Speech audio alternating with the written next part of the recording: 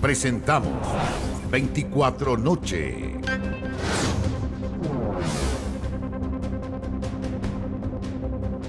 Hola, ¿cómo están? 2 de la mañana con 40 minutos. Comenzamos 24 Noche aquí en TVN, Canal 24 Horas. El gobierno busca avanzar en materia de pensiones y para eso ingresó nuevas indicaciones que modifican la reforma previsional. El principal cambio va en la distribución del 6% de cotización adicional, aunque también confirmaron el fin de las AFP y licitaciones al mundo privado para la administración de los recursos. Se busca promover el empleo formal de las mujeres, para lo cual se destina un 1% a distintos instrumentos, y entre esos a la cuna, un 2% que va a incrementar a un 12% la capitalización individual y la fortalece, y un 3% que es lo mínimo que se necesita para un seguro social. Son las claves con las que el gobierno busca avanzar en materia de pensiones. Este jueves, el Ejecutivo ingresó indicaciones a la reforma previsional, en donde el 6% sigue siendo el punto más controvertido. Hemos estado un año conversando, tratando de buscar acuerdos. Han habido puntos en los que hemos tenido mayores acercamientos, otros en los que no, pero en definitiva es hora de tomar decisiones y es a lo que nos ha mandatado el presidente de la República. Búsqueda de acuerdos en una materia que por cerca de 10 años se ha mantenido estancada en el Parlamento, una situación a la que la ciudadanía exige respuestas. No dilatemos algo que ya debería de haberse visto hace mucho tiempo atrás. Tienen puntos de vista bastante distintos, pero el objetivo es uno. Y tenemos que seguir avanzando porque muchos años dando la misma respuesta. Sin embargo, el panorama en el Congreso tiene un futuro incierto. Yo creo que estamos de acuerdo con los objetivos, sin embargo tenemos diferencias respecto de la forma de llegar a esos objetivos. Y por eso es que la discusión de la reforma de pensiones, por lo menos en la Cámara de Diputados, va a depender de manera clara de los votos de la bancada demócrata.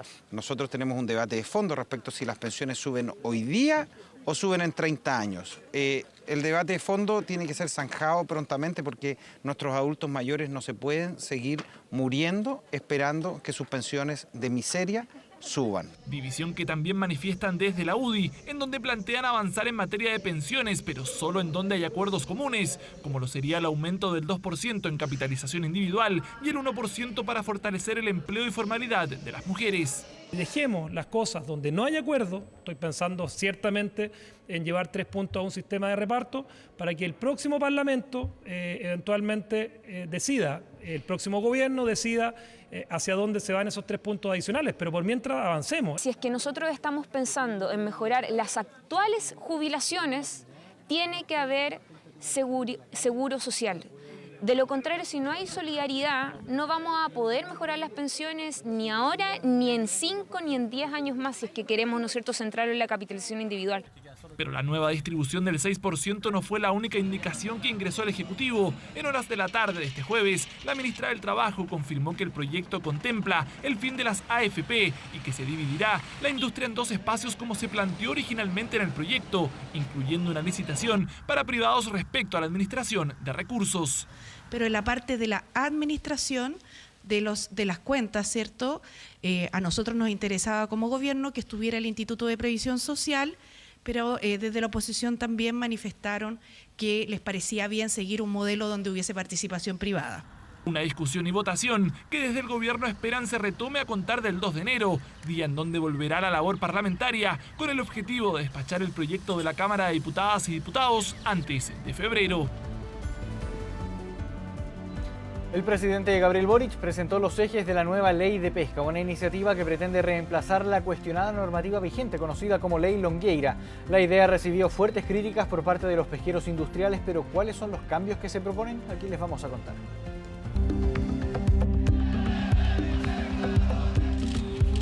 Una ley que en más de una década ha estado envuelta en miles de polémicas. Por eso es que al presentar este nuevo proyecto, el presidente Boric recalcó varias veces esta misma frase. La actual ley de pesca no tiene la legitimidad ni cumple con los estándares que la democracia exige. Su tramitación dejó en evidencia acciones de cohecho, de tráfico de influencias que son inaceptables en la actividad legislativa en democracia. El lugar fue cogido con pinzas. Hace 10 años, también en Quintay, el entonces presidente Sebastián Piñera firmaba la actual ley de pesca, norma legal que enfrentó serios cuestionamientos. formalizaciones, acusaciones de cohecho, tráfico de influencias y la caída en prisión del ex senador Jaime Orpiz, el primer detenido por los escándalos de platas negras en la política. Hemos tenido más de 200 encuentros en todo el país donde ha participado con mucha fuerza la pesca artesanal, pero también han participado los trabajadores de la industria, también ha participado el mundo científico. Esta nueva ley de pesca trae mejoras en bienes sustentables a la pesca, que es lo que más tratamos de cuidar, ya que hoy en día tenemos como ejemplo, tan poca merluza. Tenemos que cuidar la merluza.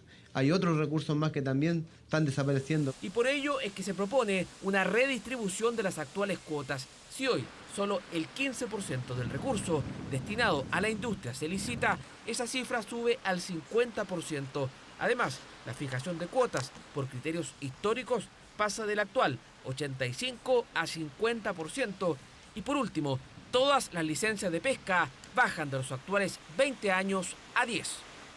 La verdad es que es francamente incomprensible que el sector pesquero industrial no haya sido considerado para este hito de lanzamiento y firma del proyecto de la nueva ley de pesca. Hoy día lo que vemos es que la pesca industrial quiso ser invisibilizada. Lamentamos que no haya habido más diálogo y que hasta el momento no se conozca el texto del proyecto, que eso es muy importante. A partir de eso, nosotros estamos dispuestos a hacer todos nuestros aportes. El proyecto además contempla regulaciones a la pesca artesanal, quienes se quedarán con las primeras 5 millas de captura y sus organizaciones tendrán reconocimiento legal. Esa ley fue aprobada, pero algunos la votamos en contra desde el origen.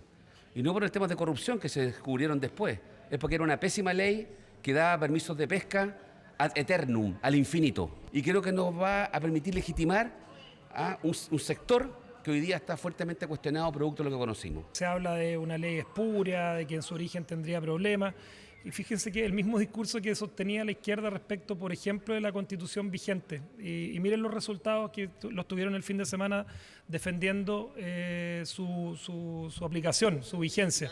Una discusión que recién comienza en torno a esta nueva ley de pesca, un proyecto de 371 artículos que ingresará en los próximos días a tramitación en el Congreso. Vamos de inmediato a tomar contacto con Carlos Melín para conocer los detalles, la actualización respecto a este incendio ocurrido en el Cerro San Cristóbal. ¿Cómo estás, Carlos? Muy buenas noches.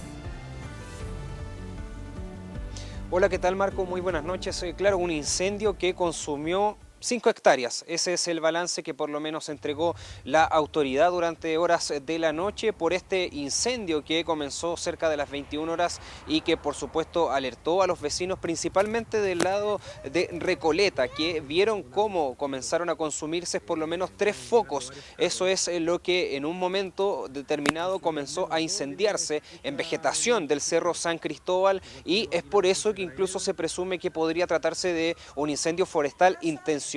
Por lo mismo, porque comenzaron de forma simultánea en diferentes lugares, pero también está la teoría de que podría tratarse de algún tipo de accidente, porque también existen registros en redes sociales que muestran cómo en uno de los postes comenzaron a salir ciertas chispas, y también podría tratarse del origen de por lo menos uno de estos focos. Uno de ellos es el que estaba más complicado, que durante altas horas de la noche seguía siendo combatido por más de 120 voluntarios de bomberos que tuvieron que subir hasta el sector prácticamente de la cumbre en conjunto con muchos carros, los equipos de CONAF, también de carabineros que estaban también resguardando la zona para combatir esta emergencia que afortunadamente se pudo controlar. Vamos a escuchar declaraciones por parte de las autoridades en torno a este tema.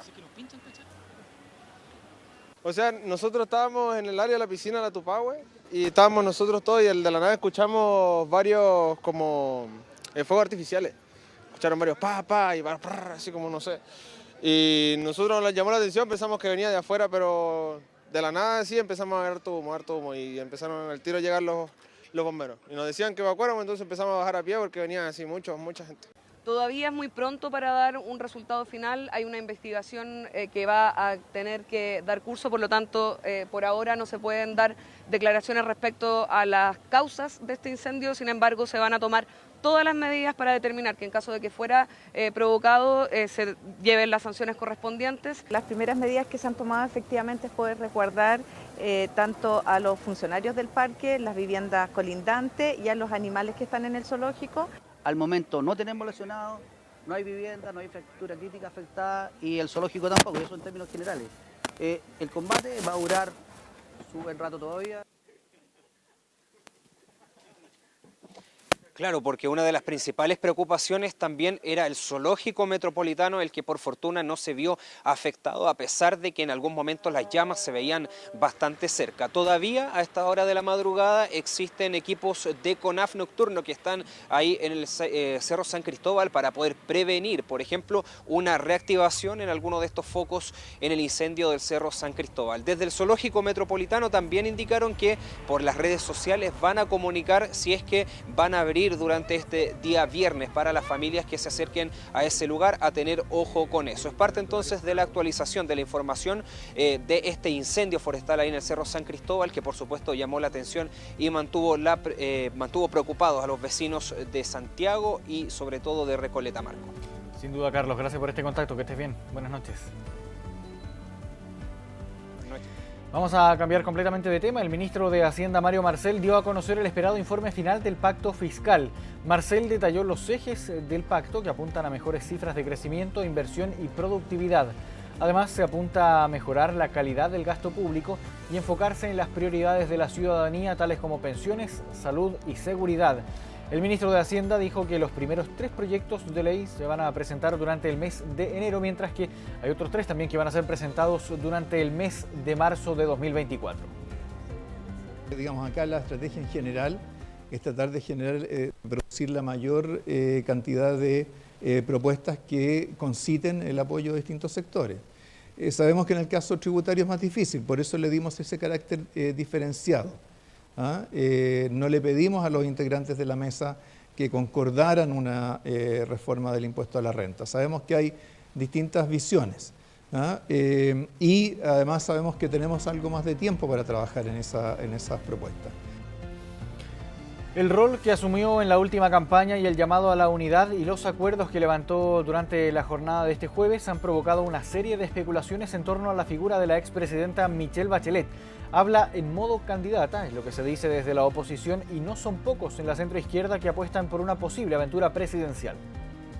Quedan 2 años de gobierno prácticamente y hay desafíos urgentes, ¿no es verdad?, inmediatos.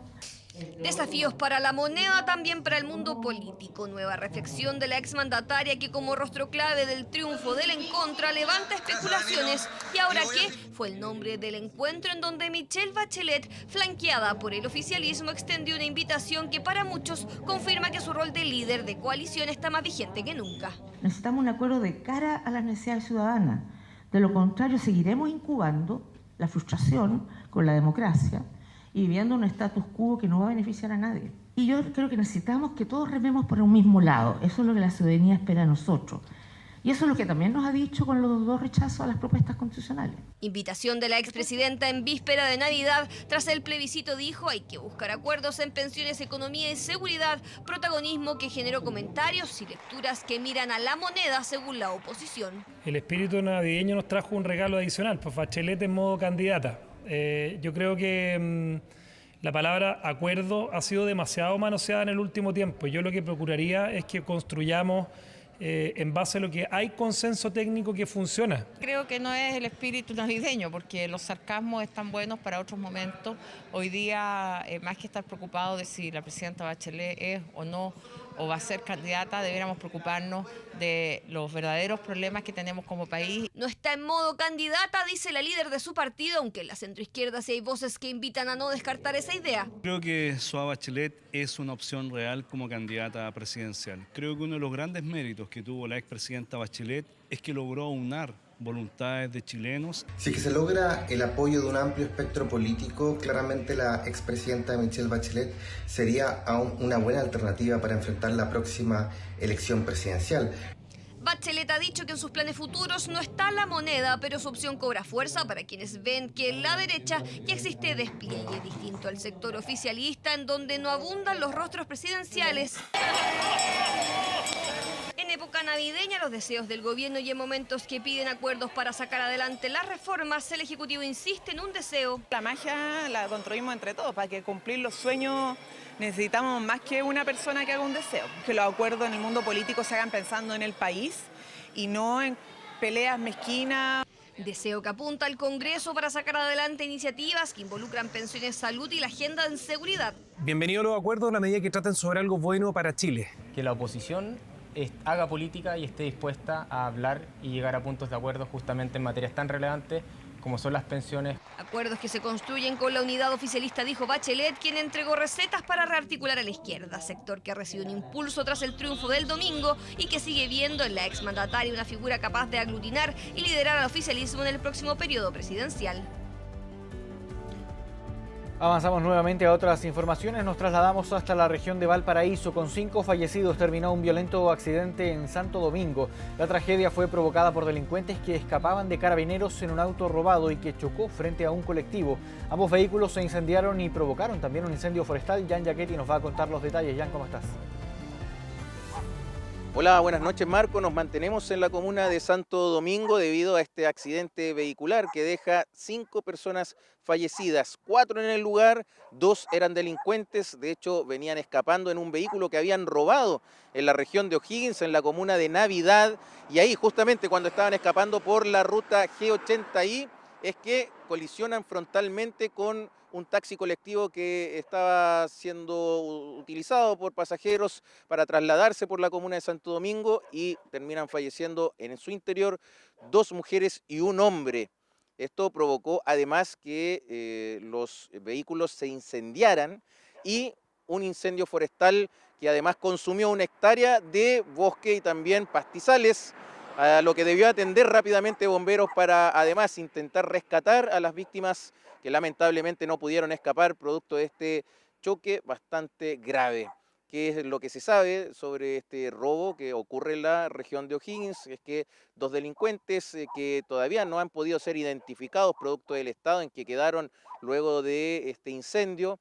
Fíjense que en un local comercial vieron que el conductor o el dueño del vehículo que robaron había ido a dejar unas pertenencias y ahí es cuando rápidamente roban el vehículo y ya empiezan su escapada. De hecho, la misma víctima del robo del vehículo da aviso a carabineros y ahí comienzan un seguimiento que lamentablemente termina con estas consecuencias. De las personas que viajaban en el taxi colectivo que lamentablemente se vio afectado por este accidente, fíjense que una logró ser sacada de entre los fierros que además se estaban quemando por personal de Carabineros que seguía a los delincuentes. La pudieron llevar con signos vitales hasta el hospital Claudio Vicuña ahí en San Antonio, pero se constató lamentablemente, sí, pasado algunos minutos, su fallecimiento producto de las graves heridas con las que quedó luego de esta colisión frontal. Escuchemos qué nos señalaban precisamente quienes pudieron ver parte de este procedimiento, autoridades y personas que estaban en la ruta cuando ocurre todo este caso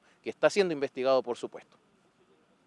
Se produjo una maniobra de adelantamiento en un sitio no habilitado para ello por los sujetos que sustrajeron el móvil y esto redundó en un choque frontal con las consecuencias lamentables que ustedes ya conocen.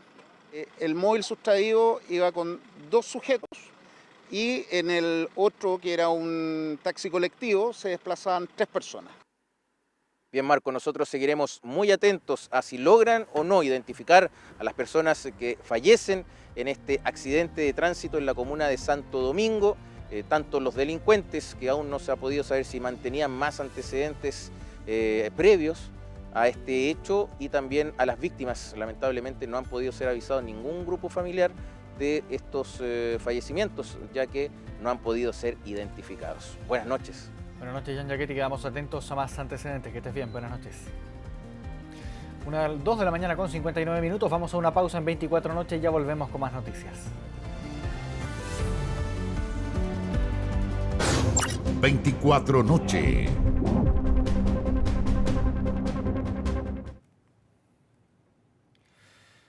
Vamos a revisar a continuación también, estamos ya de regreso aquí en 24 Noche, la jornada de lo ocurrido en el juicio contra Nicolás Cepeda, donde se confirma finalmente que es condenado a 28 años de cárcel. Se condenó a una persona inocente. Lamentablemente, Nicolás se va con sus secretos. La familia de la víctima podrá encontrar un poco de tranquilidad gracias a la decisión que se tomó hoy. Condenado a 28 años de cárcel por homicidio. La frase que Nicolás Cepeda ha escuchado no una, sino que 2 veces, rompiendo en llanto en ambas oportunidades. Esperamos que el veredicto sea definitivo y que ayude a la familia Kurosaki con su proceso de duelo. Para ellos, Nicolás Cepeda se queda con una parte del alma de Narumi y eso es algo que les duele. Los jueces del Tribunal de Vesoul, Francia, consideraron que había evidencia suficiente para acusar al chileno del crimen de la japonesa, con la agravante de premeditación. Además del tiempo en prisión, Cepeda fue sentenciado a pagar 225.000 euros a la familia de Narumi. Esto es un poco más de 217 millones de pesos. Es una lástima que el cuerpo siga desaparecido, pero eso no fue por fracaso de la investigación. Nicolás Cepeda utilizó métodos desarrollados para ocultarlo. Fue la decepción del fiscal francés y de la familia Kurosaki, que todavía espera poder darle un funeral a la joven. Tomamos el veredicto con tristeza. Nicolás viajó a Francia sin esconderse. Incluso le contó a otras personas lo que estaba haciendo. Es un golpe muy duro, pero vamos a apelar para intentar anular la condena. Apelación que podría ocurrir durante los próximos días. La defensa del chileno busca ir hasta el Tribunal de Casación para demostrar lo que se dijo durante el juicio, que existen vicios en la investigación. De aceptarse su solicitud, este segundo proceso podría quedar nulo. Pesó más la presión política y la presión mediática, pesaron más que las pruebas que el fiscal pudo haber mostrado. Es un día triste para la justicia francesa. Según medios locales, uno de los beneficios carcelarios a los que podría acceder Cepeda es a dividir su tiempo en prisión entre Francia y Chile. Pero para eso debe cumplir al menos 15 años de su condena en el país galo. A 7 años de la desaparición de Narumi Kurosaki, todavía no se sabe con exactitud qué le pasó a la joven. Pero para la justicia francesa, algo es claro. Nicolás Cepeda es el único responsable de su desaparición. Vamos a cambiar de tema. A 4 días de haber iniciado la formalización de los 55 empresarios asociados al fraude tributario más grande en la historia del país, este jueves, la justicia determinó dejar en prisión preventiva a 22 de los 25 imputados para los que el Ministerio Público pedía esta medida cautelar. En total, la Fiscalía investigó a 6 clanes por su responsabilidad en defraudar al fisco en cerca de 240.000 millones de pesos, con los cuales el fiscal asegura tuvieron acceso a distintos lujos. Del total de imputados a los que se les pidió prisión preventiva, fueron 3 las mujeres a las que no se les otorgó esta medida, quedando solo con arresto domiciliario y arraigo nacional.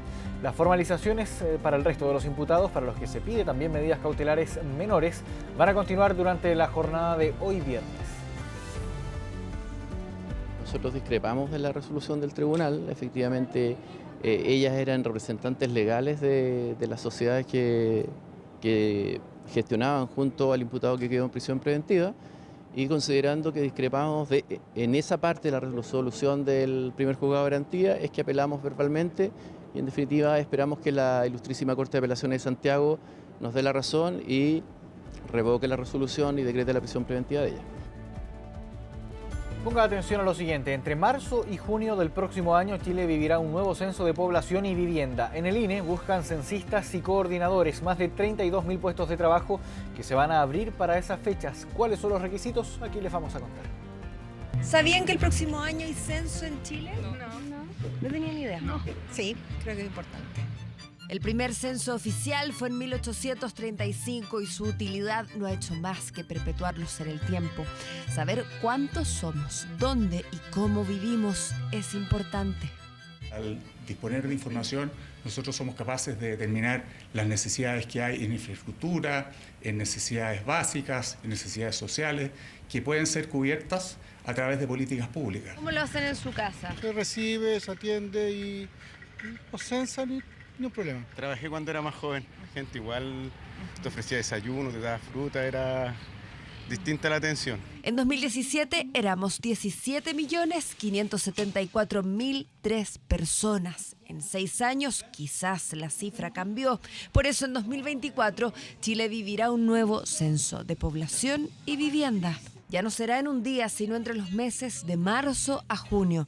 Tampoco es necesario hacerlos ingresar a su casa. Puede responder las preguntas desde la puerta. Pero ojo, hay más cambios. Yo creo que la principal diferencia y ventaja de un censo de este tipo es que podemos incorporar tecnología, lo que se llama un dispositivo móvil de captura, que es una especie de teléfono inteligente con el cual pueden hacer las entrevistas presenciales y capturar la información en línea. O sea, ya no vamos a tener ese censista con un papelito rellenando casilleros como antiguamente, ¿no? Definitivamente no. Hasta el 12 de enero estarán abiertas las postulaciones para censista y hasta el 28 de diciembre para coordinador. ¿Te pagaron esa vez o no?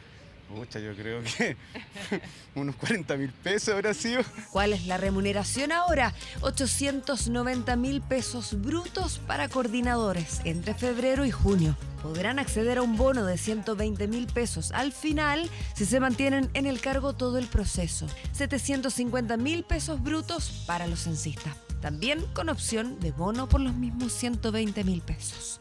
Sí, es plata. Es plata. Sí, yo sí la tomaría. ¿Trabajaría? No tengo tiempo. Si yo le dijera que pagan 890.000 pesos por ser coordinador. No pensaría. Se necesitan más de 32.000 trabajadores para el nuevo censo 2024. En el caso de los coordinadores, los postulantes deben contar con licencia de enseñanza media, manejar herramientas Office y dispositivos móviles. Es deseable, no obligatorio, tener experiencia laboral.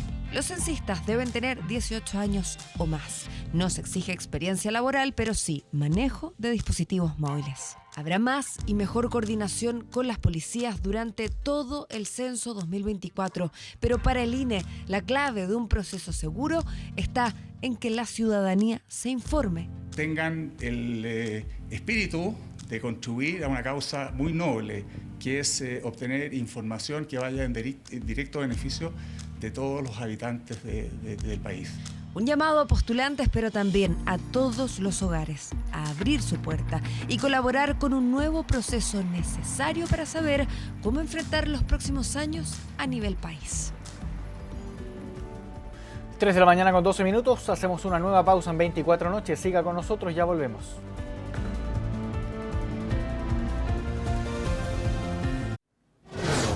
Internacional. Estamos de regreso en 24 Noche con noticias del mundo. Los argentinos salieron a protestar y las cacerolas se escucharon. Todo esto como parte de una respuesta a los nuevos decretos anunciados por el presidente Javier Milei, quien eliminó decenas de regulaciones estatales y también derogó varias leyes. El ambiente al otro lado de la cordillera con Iván Núñez. ¿Cómo estás, Iván? Buenas noches. ¿Qué tal? ¿Cómo están? Buenas noches. Nos encontramos acá en Buenos Aires, uno de los puntos más tradicionales de la capital argentina, la avenida 9 de Julio y el Teatro Colón de Buenos Aires.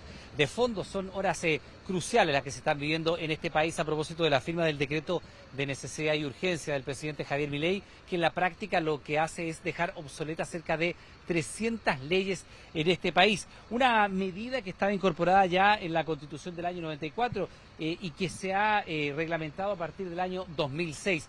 Como dato, cerca de 800 de estos decretos de necesidad y urgencia han pasado en años anteriores sin que tengan la oposición de la Cámara. Una serie de trámites legislativos que se requieren precisamente para anular esta medida de fuerza del gobierno de Javier Milei. Conversamos con el analista político Claudio Yakelin, que nos da cuenta precisamente de cuáles deberían ser los pasos que debería afrontar la oposición para dejar sin efecto estas primeras medidas de la llamada motosierra de Milei. Ahora, para aprobarlo, por una ley que se fijó en 2006, es bastante dificultoso que eso ocurra. Para esto debería reunirse una comisión bicameral que dictamine en un plazo de 10 días. Si no lo hace, lo toman las cámaras. Y debe ser rechazado por las dos cámaras. Pero lo más probable, y que es lo que se está viendo ahora, es que este decreto vaya a pasar por los tribunales y después termina en la Corte Suprema de Justicia, que es la que termina dirimiendo la cuestión de constitucionalidad. Bueno, algunas de las legislaciones que quedan sin efecto con este decreto de urgencia y necesidad del presidente Milei tienen que ver, por ejemplo, con la ley de arriendos, que permite que el Ejecutivo, el Estado, sea el que fije el plazo de los arriendos y la forma en la cual se reajusta el valor de estos contratos, o la ley de góndolas, que faculta inspectores del Estado para ver qué participación física tienen los determinados productos en las góndolas de exhibición de los supermercados. De eso nos explica más Claudio Jacqueline. Lo que sí debería ocurrir es que haya un espacio determinado. De hecho, hubo durante algún momento del gobierno de Alberto Fernández funcionarios y dirigentes políticos del espacio oficialista que salían a medir con un centímetro las góndolas, a ver cuánto espacio se le dedicaba. Obliga a que haya un abastecimiento, que si hay productos los establezca. Control de eso muy difícil.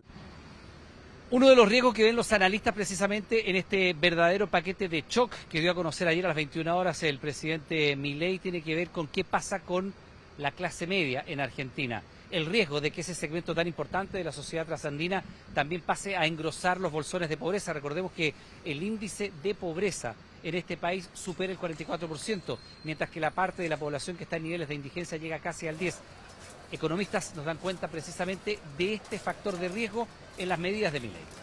El DNU es una desregulación casi total de todas las actividades económicas que estaban trabadas, que estaban fomentadas artificialmente, que estaban subsidiadas y que obviamente requerían de una normalización acorde a todas las normas anteriores. Se anunció una duplicación de los beneficios a los sectores más bajos. Es decir, la clase pobre, si bien va a sentir este efecto, se le ha reforzado el subsidio. Argentina es una economía muy subsidiada en los estratos sociales más bajos, en los ingresos muy bajos.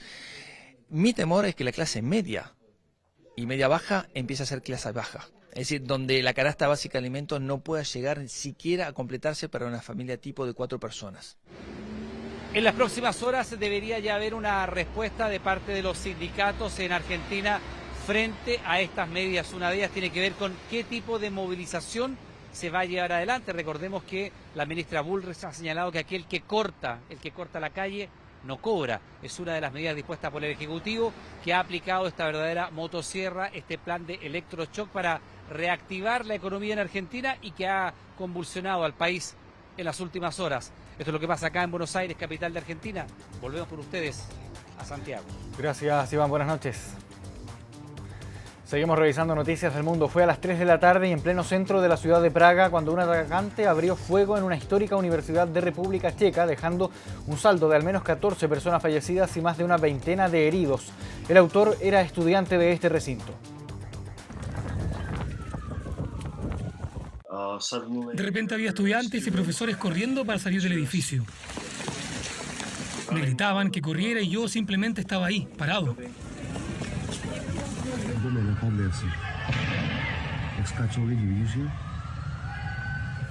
Algunos huyeron desesperados por las calles, otros se escondieron silenciosamente en las salas de clases, mientras que decenas treparon la cornisa del edificio para evitar ser alcanzados por las balas. Pasé entre medio de la multitud sin entender lo que estaba pasando. Quizás, como muchos, no estábamos listos para admitir que algo así podía ocurrir en Praga. Eran pasadas las 15 horas locales en la capital de República Checa, cuando una jornada normal de clases fue violentamente reemplazada por sonidos de sirenas y ambulancias. El tiroteo ocurrió al interior de la Facultad de Filosofía de la Universidad Carolina, una de las más antiguas de Europa, ubicada en pleno casco antiguo de Praga, a menos de 500 metros del histórico Puente Carlos, en la turística plaza Jan Palach.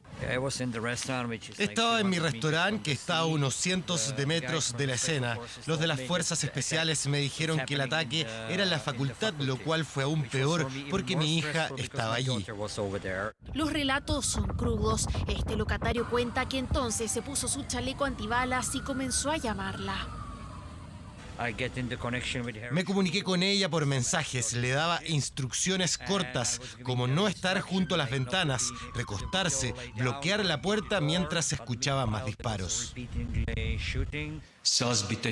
No hay justificación para este horrible acto.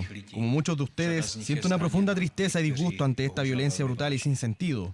El supuesto atacante fue identificado como David Kozak, un estudiante del mismo centro educativo de 24 años, residente de un pueblo cercano, quien también resultó fallecido tras el ataque. La policía recibió un reporte al mediodía sobre un joven que se dirigía a Praga con la intención de quitarse la vida. Minutos después, supimos del hallazgo de un hombre muerto en su mismo pueblo, quien resultó ser su padre.